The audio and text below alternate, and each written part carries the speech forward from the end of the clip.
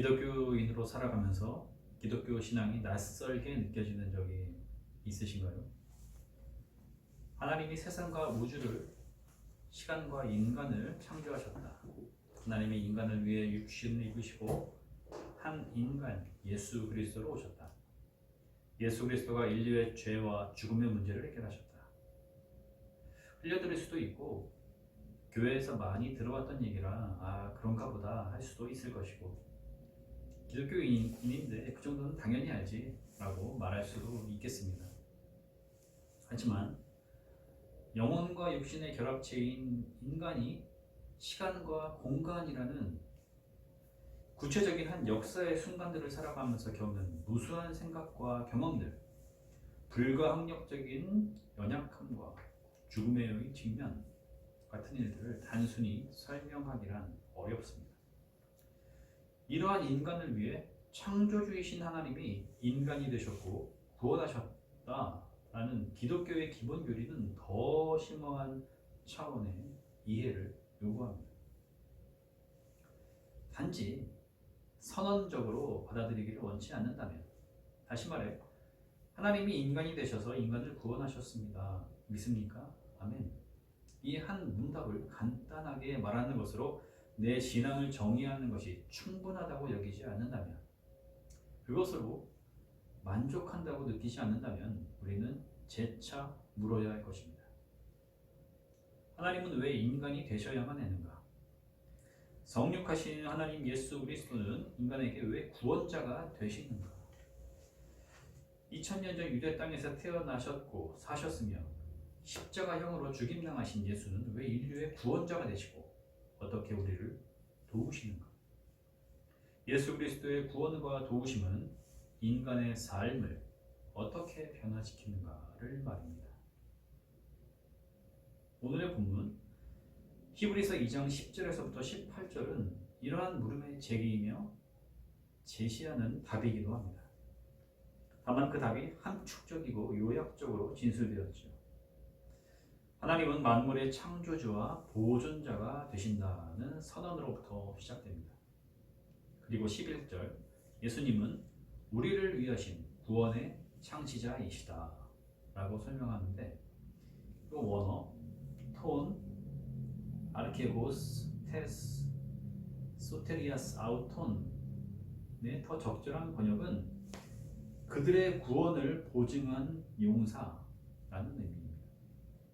용사이신 예수 그리스도는 우리를 형제 자매라고 부르시고 우리 가운데서 주님을 찬미하시며 신뢰하시고 우리들 사이에서 우리의 책임을 떠안으신다 라고 13절이 진술합니다. 그는 살과 피를 지니신 우리와 동일한 인간이신데 그가 고난당하셨기에 우리의 시험당함을 도우실 수 있고, 그가 죽음을 맛보셨기에 일생 동안 죽음의 공포로 인해 종노릇하는 인류가 해방되었다. 이렇게 본문은 증언합니다. 이 함축적이고 의학적인 본문을 넓은 차원에서 설명하고 실제적이면서 구체적으로 증언하려고 하는 것이 오늘 설교의 목표입니다. 하나님이 인간의 몸을 입으시고 예수 그리스도로 오신 사건은 왜 인간에게 구원의 사건이 되며 도움이 되는 걸까요? 하나님은 절대적으로 자유로운 분이시고 말씀으로 세상을 창조하셨으며 마지막에 완성하실 분이신데 왜 자신의 피조물인 인간의 모습으로 스스로 낮추어 임하셨으며 시간과 공간이라는 역사성의 제한 속으로 들어오셔야 했을까요? 더 나아가 왜 하나님은 부조리, 오해, 거짓과 폭력이 난무하는 인간들 사이에 머무셔야 했을까요? 그 대답의 두 가지 측면 중 첫 번째는 우리와의 연대를 위해서, 다시 말해 우리와 함께 하시기 위해서라고 답할 수 있습니다. 예수 그리스도의 다른 이름이 구약에서부터 임마누엘, 하나님이 우리와 함께 하신다로 제시된다는 점에서 신약의 첫 책인 마태복음이 그 시작을 임마누엘 예수의 탄생으로부터 시작해서 마지막 28장 20절, 내가 세상 끝날까지 너희와 항상 함께 있을 것이다, 즉 임마누엘로 마치고 있다는 점이 이를 확인시켜 줍니다. 임마누엘은 예수님의 사역을 통해서도 입증되었습니다.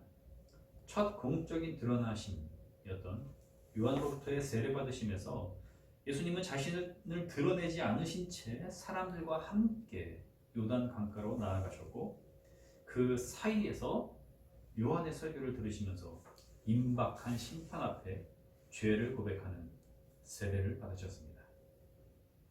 요한은 성령이 하늘로부터 임하시는 것을 보고서야 이분이 바로 하나님의 어린 양이십니다 라고 백성들 앞에 증언할 수 있었습니다. 죄 없으신 주님은 백성들의 죄를 자신의 죄로 여기시면서 하나님의 심판 앞으로 나아가셨죠. 마지막 사역인 십자가 처형에서도 주님은 두 강도 그 사이에 달리셨습니다.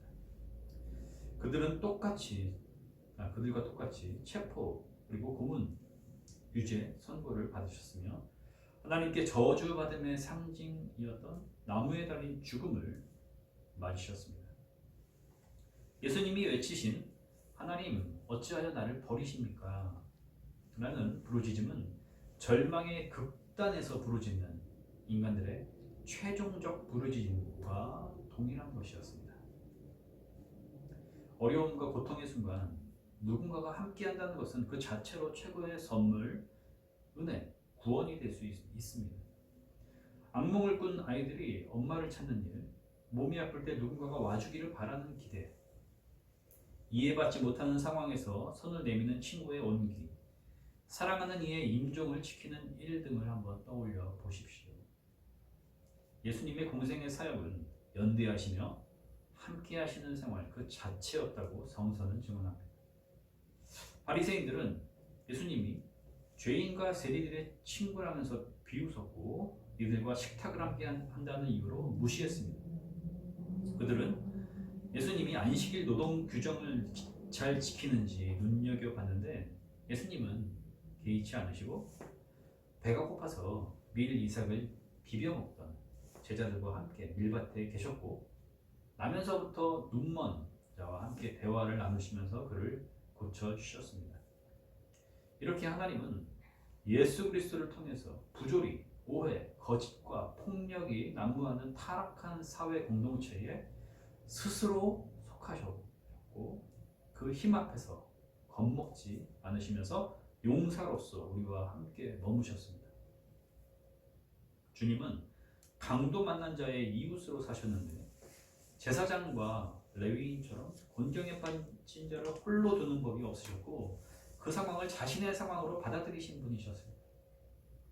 어느 인간도 강도 만난 자의 처지와 다르지 않습니다. 실제 강도를 만날 수도 있고 그의 버금가는 곤경에 직면하기도 합니다. 내 삶은 늘 평탄했고 현재도 앞으로도 그러할 것이다 라고 말할 수 있는 사람이 누가 있겠습니까? 우리는 5분 앞의 일을 예측할 수가 없고 궁극적으로 죽음이라는 강도를 그리스도인들에게는 그것이 실제적인 두려움은 아니지만 피할 수 없습니다. 예수 그리스도의 함께하심 그 중심에는 인간과 동일하게 죽음을 겪으신 사건이 자리합니다. 인간이 가장 두려워하는 공포, 이 사라짐, 소멸이라고 하는 이 무를 하나님은 자신의 일로 받아들이셨고 과감하게 돌진하셨습니다. 이로써 인간이 겪는 그 어떠한 곤경이나 두려움도 주님이 몸소 당하신 것, 다시 말해 모두 하나님이 자신의 것으로 받아들이신 것이 되셨습니다. 이로써 인간은 그 어떤 고통의 순간에서도 하나님을 통하여서 희망을 볼 수 있게 되었고 그 희망, 두려움에서부터 인간을 해방시켜 줍니다. 그런데 합리적인 현대인들은 연대하고 함께하는 것이 실제적인 도움을 줄 수 있는가? 라며 의문을 제기하곤 합니다.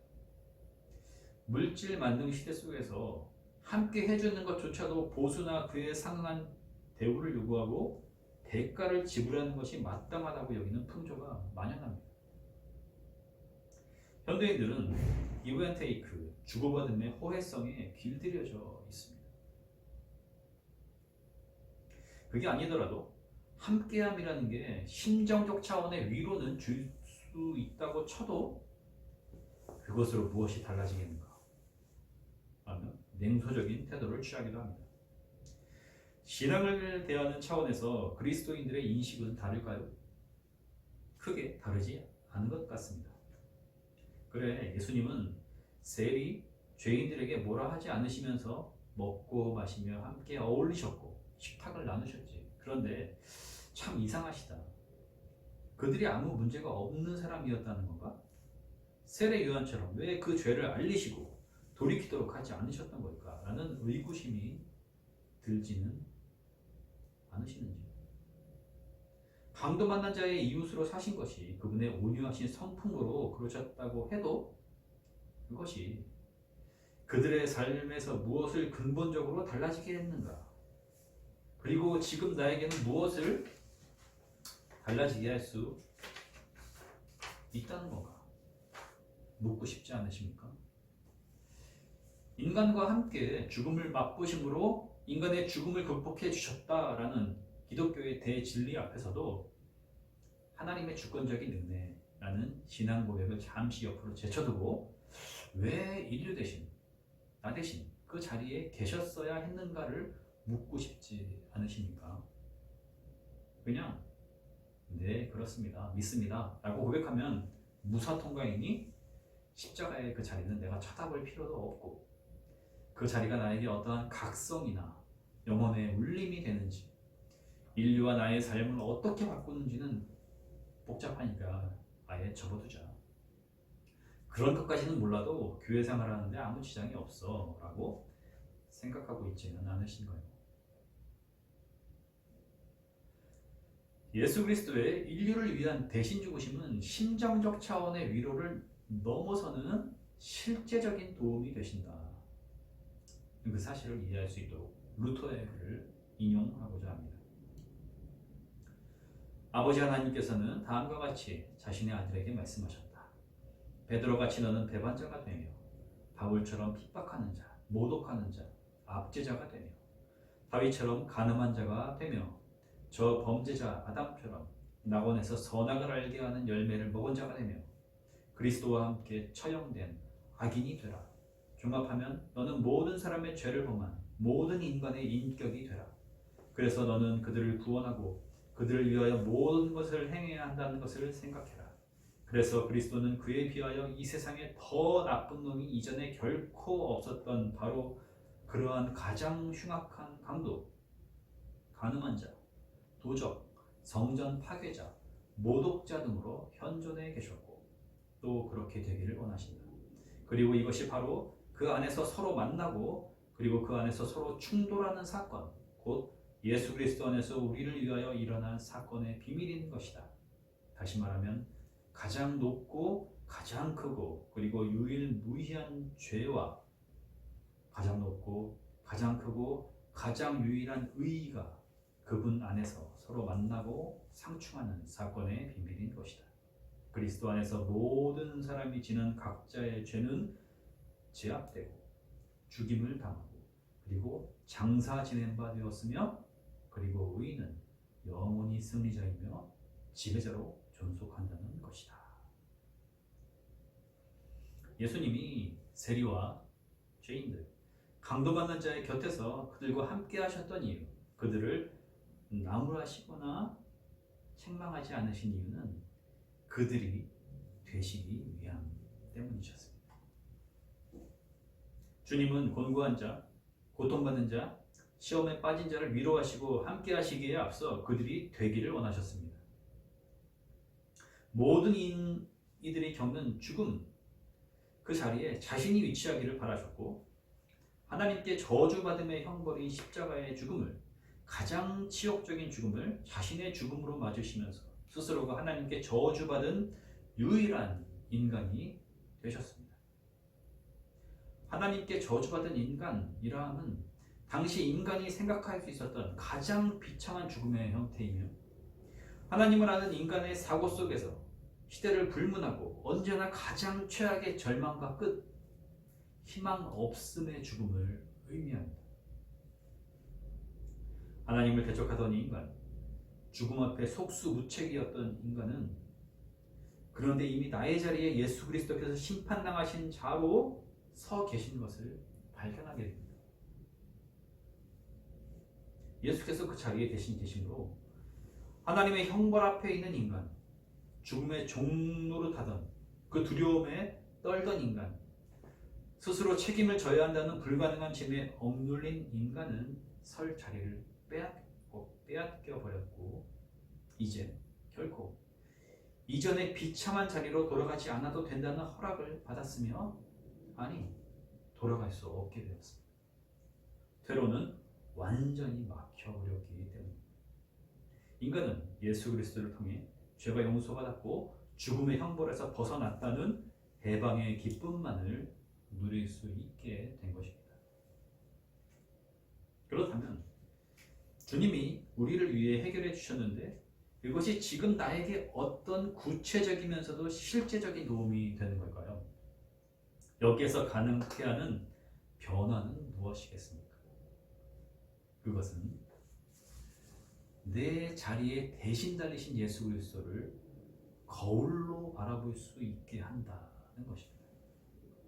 이것이야말로 예수 그리스도의 대신 죽으심의 가장 직접적이고도 현실적인 도움입니다. 우리는 아무런 희망 없이 멸망으로 치닫는 자들이었습니다. 하나님은 우리의 곤경과 사악함과 짐을 자신의 것으로 삼기를 원하셨습니다. 우리는 십자가에 달리신 예수 그리스도를 바라보면서 나를 보게 됩니다. 선과 악의 판단과 분별, 나를 어쩔 수 없이 옴짝달싹할 수 없게 몰아넣었던 고통과 합리적으로 그것을 해명해 보려고 했던 시도들, 변명과 위선과 속임을 내려놓고 저기 십자가에 달리신 분의 자리에 사실 내가 달려있다는 것을, 거기가 내 자리였음을 똑바로 직시하게 됩니다. 바로 우리에 있는 그들의 모습을 예수님 자신이 우리 내부로부터 공격하여 비로소 바로 보게 하시고 돌이키게 하셔서, 즉 회개케 하셔서 우리의 모습을 새롭게 하고 진정 하나님과 화해된 자로 살아갈 수 있도록 해주시기 위해 예수 그리스도는 인간이 되셔서 대속의 죽음을 맛보셨던 것입니다. 이에 대해 신학자 칼 바르트는 하나님과 화해된 자로 새 창조하시기 위해서 그리스도는 우리와 같이 되셨다고 말하였습니다. 십자가에 달리신 그분을 통해 나의 참 모습을 보게 되면서 내가 죄인이며 하나님의 형벌 앞에 설 수밖에 없던 자였음을 인식하게 되고, 하나님이 예수 그리스도를 통해 그 자리를 대신하셨다는 것을 비로소 이해하게 될 때 우리의 삶은 전적으로 달라지게 되는 것입니다. 어느 정도의, 얼만큼의 도움이 되는가의 차원이 아니라 가장 큰 도움, 결정적인 도움, 완전히 새로워지는 변화가 일어나게 될 것입니다.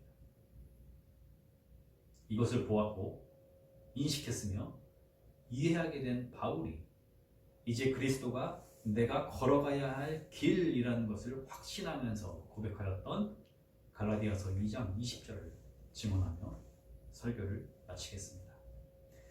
나는 그리스도와 함께 십자가에 못 박혔습니다. 이제 살고 있는 것은 내가 아닙니다. 그리스도께서 내 안에서 살고 계십니다. 내가 지금 육신 안에서 살고 있는 삶은 나를 사랑하셔서 나를 위하여 자기 몸을 내어주신 하나님의 아들을 믿는 믿음 안에서 살아가는 것입니다. 아멘.